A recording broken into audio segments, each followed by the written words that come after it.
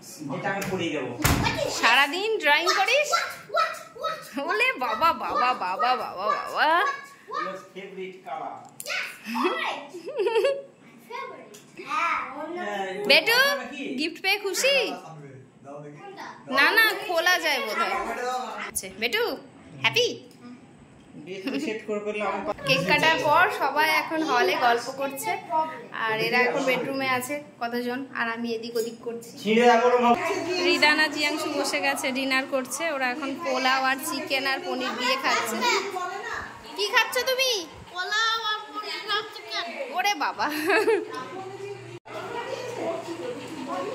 কি বলছে তোকে ঠাম্মি?